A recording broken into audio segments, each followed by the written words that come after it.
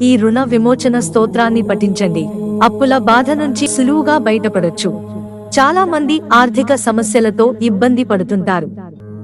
ఆర్థిక సమస్యల నుంచి బయటపడటం కొంచెం కష్టమైనదే.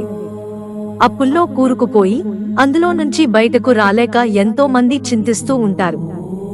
అలాంటి వాళ్ళు ఇలా చేయడం వలన ఆర్థిక సమస్యల నుంచి సులువుగా బయటపడొచ్చు, సంతోషంగా ఉండొచ్చు.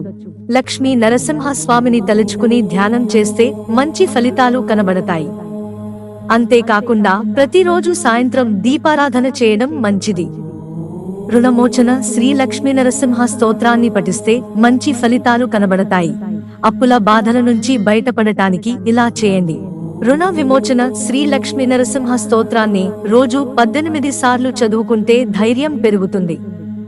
మీ అప్పుల్ని మీరు తిరిగి చెల్లించే అవకాశం ఉంటుంది.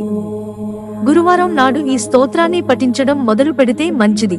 ధ్యానం: వాగీసా యస్య వదనే లక్ష్మీర్యస్య చ వక్షసి యస్యాస్తే హృదయే సంవిత్తం నృసింహమహం భజే. అధ స్తోత్రం: దేవతాకార్య సిద్ధ్యర్థం సభాస్తంభ సముద్భవం శ్రీనృసింహం మహావీరం నమామి రుణముక్తయే. లక్ష్మ్యాలింగిత వామాంకం భక్తానాం వరదాయకం శ్రీనృసింహం మహావీరం నమామి రుణముక్తయే. ఆంత్రమాలాధరం శంఖచక్రాబ్జాయుధధారిణం శ్రీనృసింహం మహావీరం నమామి రుణముక్తయే. స్మరణాత్ సర్వపాపగ్నం కద్రూజ విషనాశనం శ్రీనృసింహం మహావీరం నమామి రుణముక్తయే. సింహనాదేన మహతా దిగ్విదిగ్భయనాశనం దిగ్దంతి శ్రీనృసింహం మహావీరం నమామి రుణముక్తయే. ప్రహ్లాదవరద శ్రీసం దైత్యేశ్వర విదారణం శ్రీనృసింహం మహావీరం నమామి రుణముక్తయే.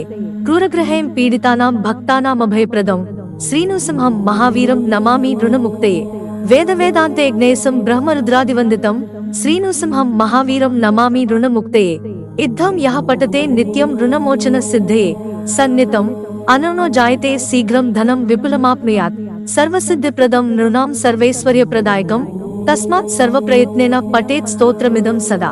మిత్రులారా, ఛానల్ సబ్స్క్రైబ్ చేసుకోవడం మర్చిపోకండి. ధన్యవాదాలు.